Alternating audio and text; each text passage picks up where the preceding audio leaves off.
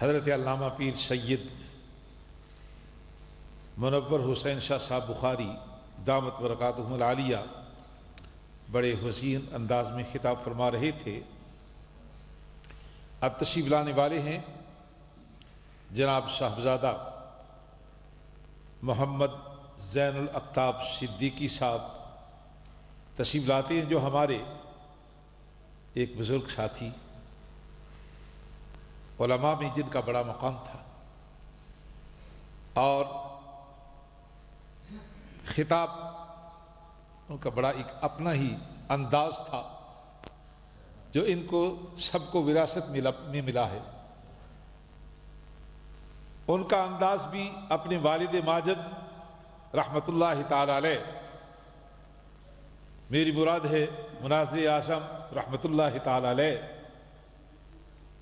ان کے انداز کے مطابق وہ خطاب فرماتے، اور ان کے صاحبزادگان جو ہیں انہوں نے بھی وہی انداز اپنایا اور انتہائی پیارے انداز میں قرآن پڑھتے ہیں، محبت کے ساتھ خطاب فرماتے ہیں۔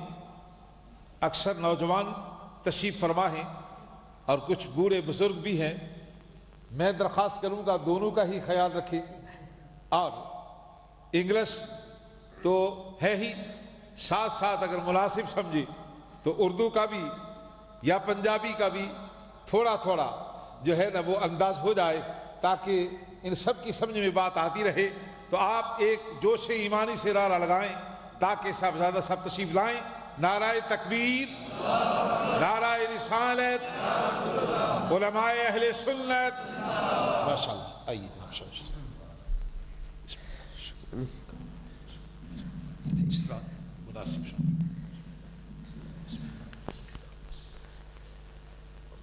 واجب الاحترام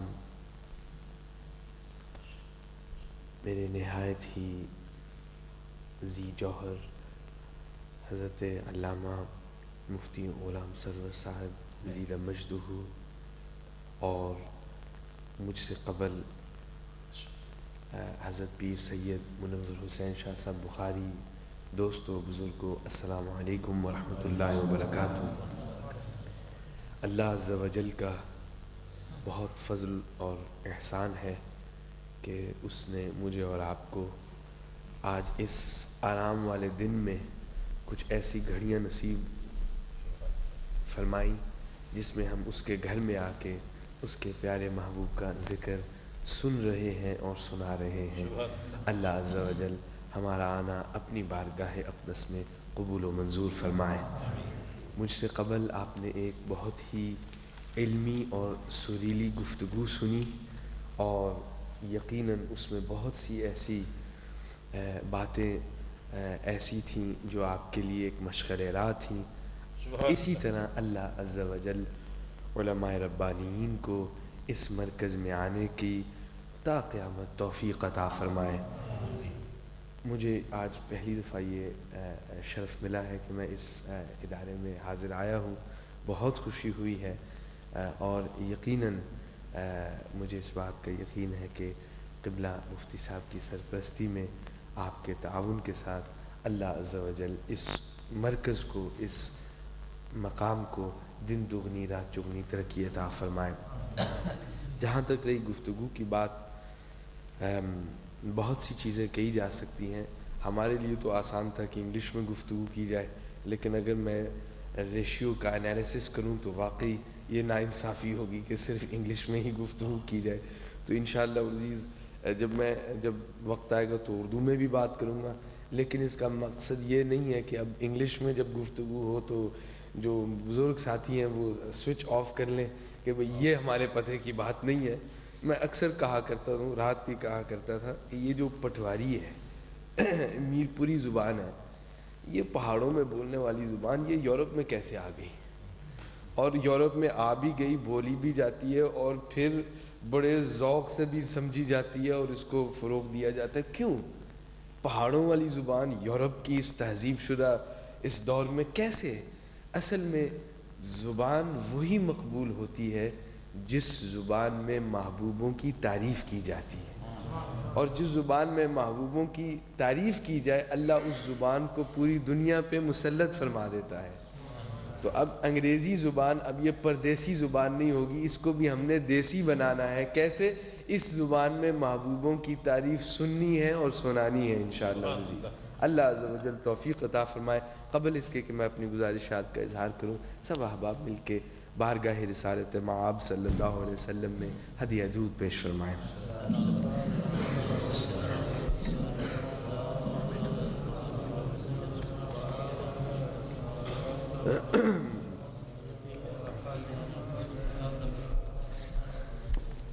نحمده ونصلي ونسلم على رسوله الكريم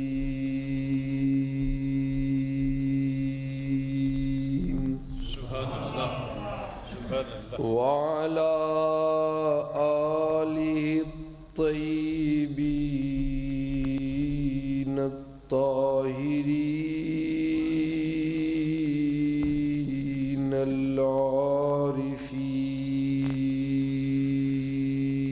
العارفين وعلى أصحابه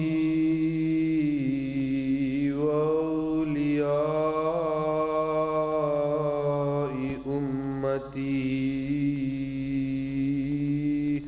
وأمته أجمعين. أما بعد فقد قال الله عز وجل في القرآن المجيد والفرقان الحميد: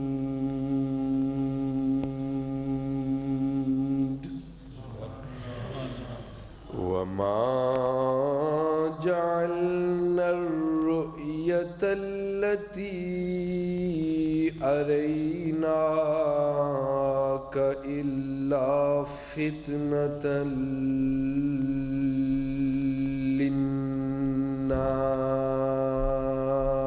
للناس. صدق الله العظيم.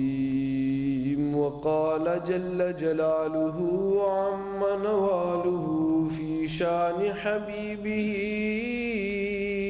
مخبرا وآمرا: إن الله وملائكته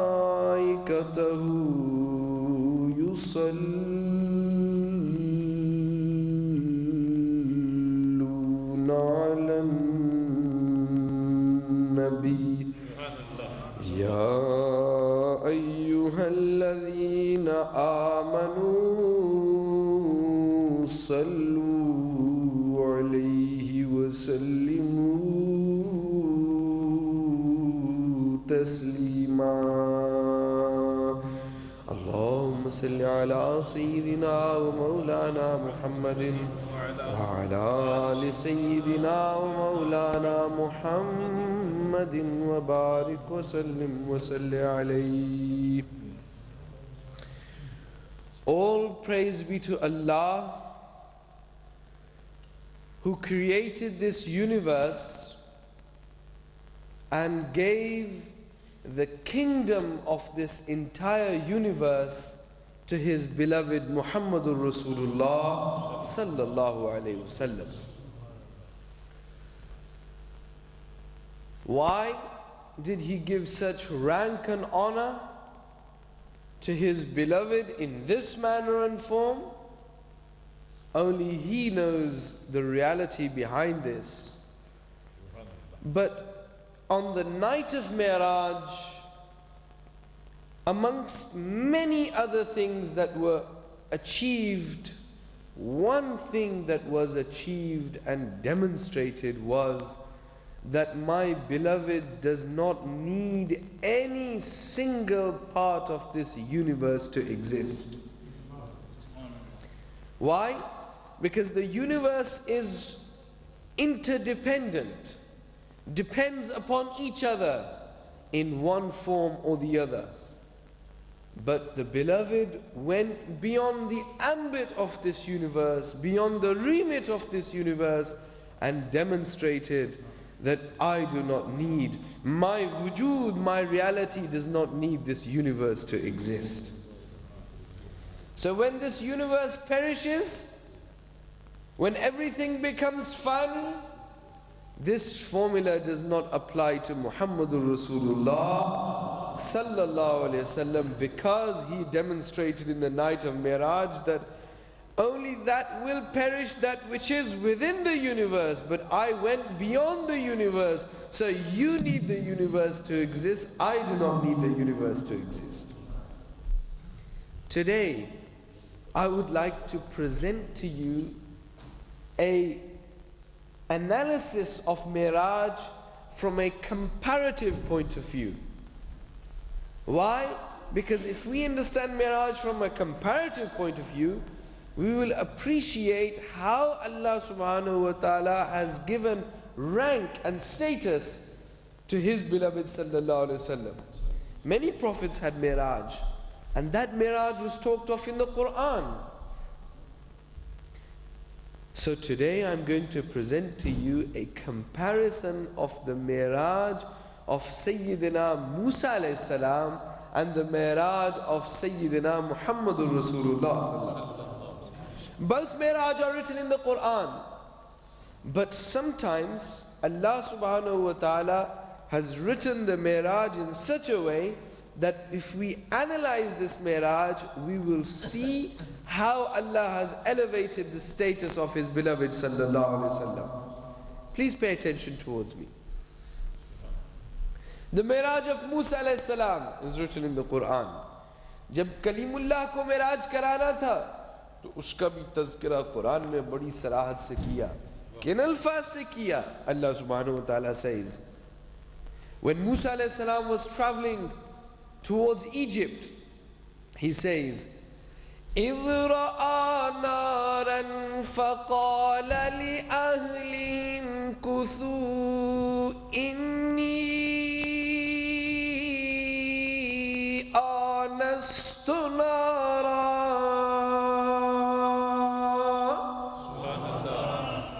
He was traveling with his wife. It was pitch dark. There was no lampposts. There was no lights. And he was traveling towards his mission. But suddenly on a mountain he saw a light. And he said to his wife, Imkuthu inni anastu nara.